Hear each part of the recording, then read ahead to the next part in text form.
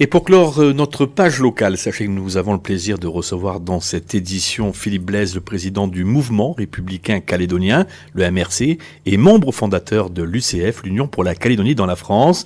L'occasion bien sûr d'aborder avec notre invité les dossiers chauds qui font l'actualité du moment, avec notamment la nomination de Philippe Germain à la présidence du gouvernement, mais pas seulement. Philippe Blaise, bonjour. Bonjour. Et merci d'avoir accepté notre invitation. Tout d'abord, comment se porte le MRC, le mouvement républicain calédonien ? Très bien, il continue ses réunions, toujours très actif sur le terrain et très impliqué dans la vie institutionnelle au travers de notre groupe politique, l'UCF. Alors avant d'aborder les dossiers qui font l'actualité, donc quelques précisions sur l'UCF à laquelle vous appartenez, bien sûr.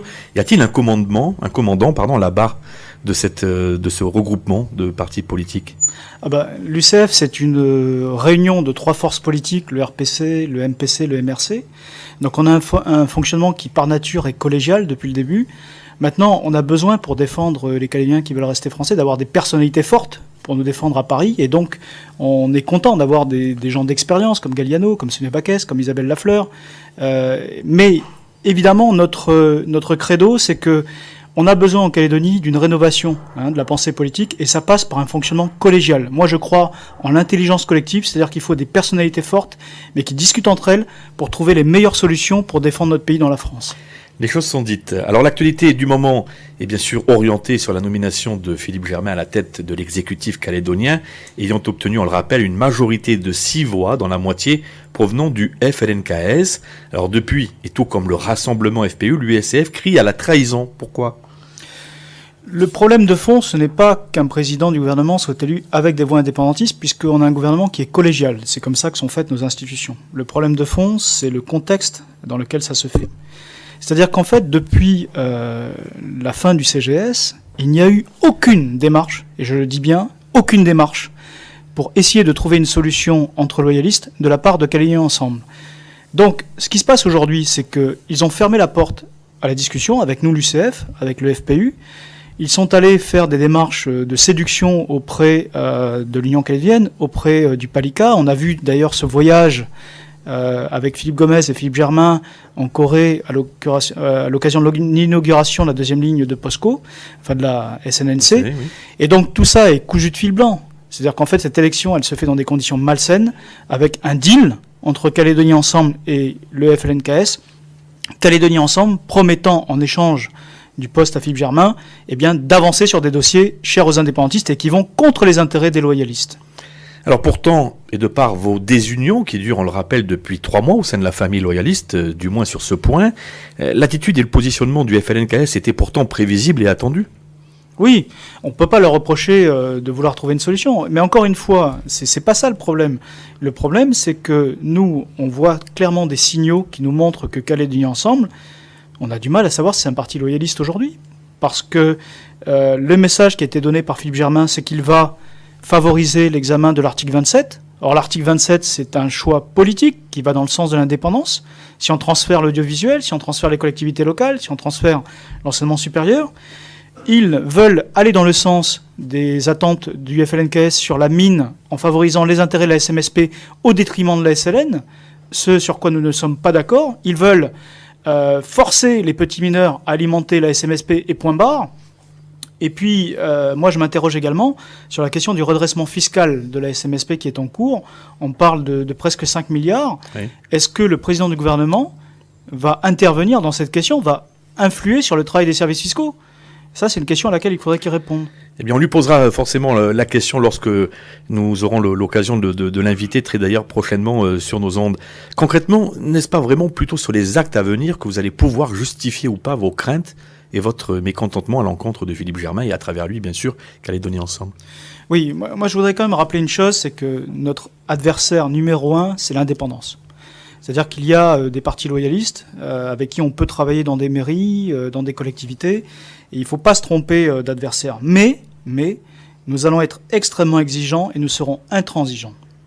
Si jamais, demain, ce gouvernement, sous l'initiative de Philippe Germain, prenait des positions que nous ne pouvons pas accepter. Vous savez, il y a aussi un autre point que je n'ai pas cité avant, qui nous inquiète fortement. C'est que aujourd'hui, pour résister à la pression indépendantiste, pour résister à la pression de l'État socialiste, parce qu'il est aujourd'hui partisan, il n'est plus équidistant, il faut que les loyalistes soient unis.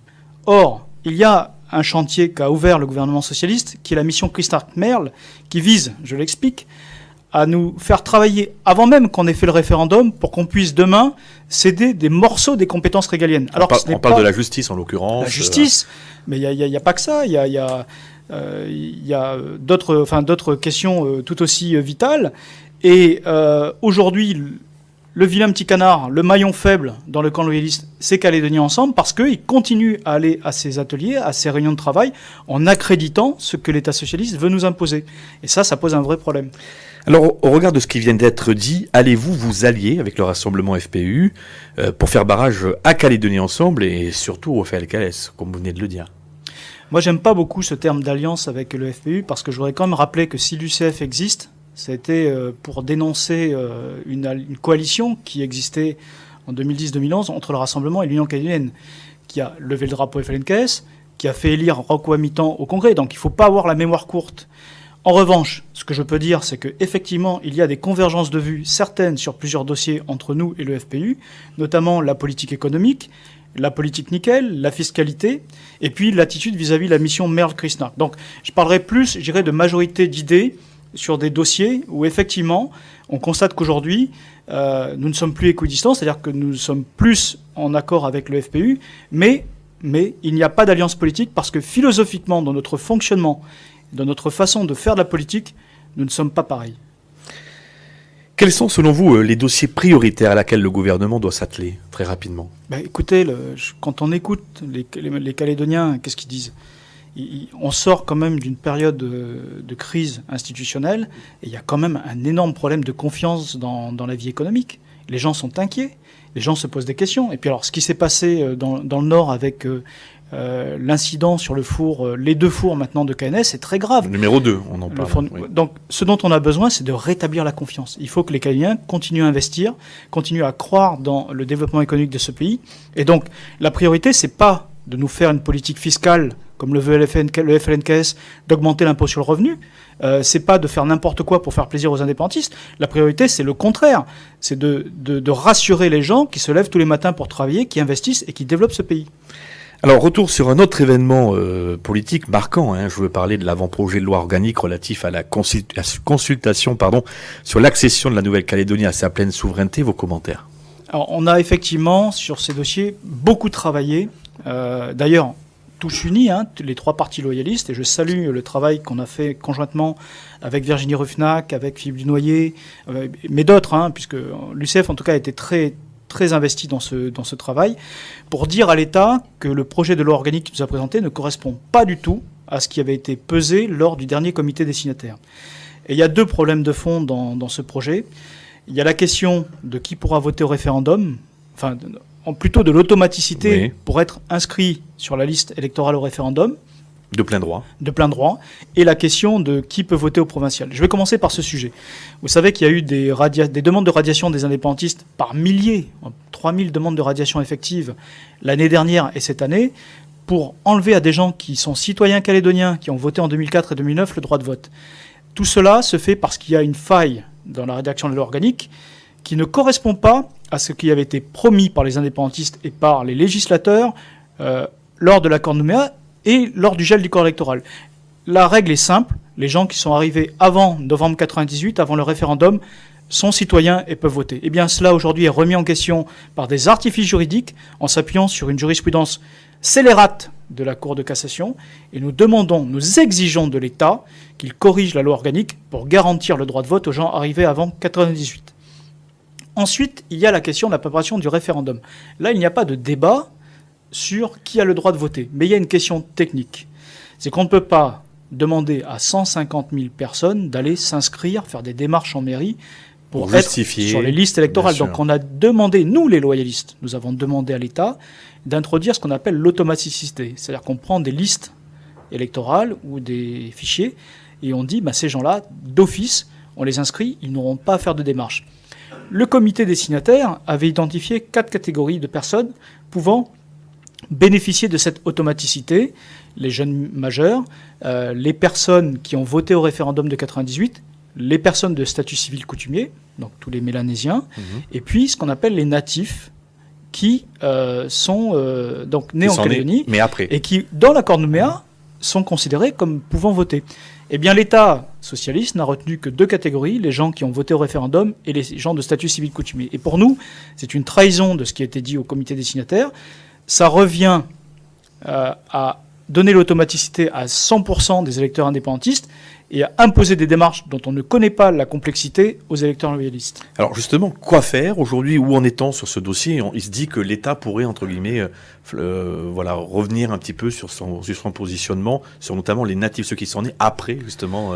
Ce qui est clair, c'est qu'au Congrès, tous les partis loyalistes ont voté contre ce projet de loi. On fait un avis en demandant des modifications pour respecter ce qu'a dit le comité des signataires.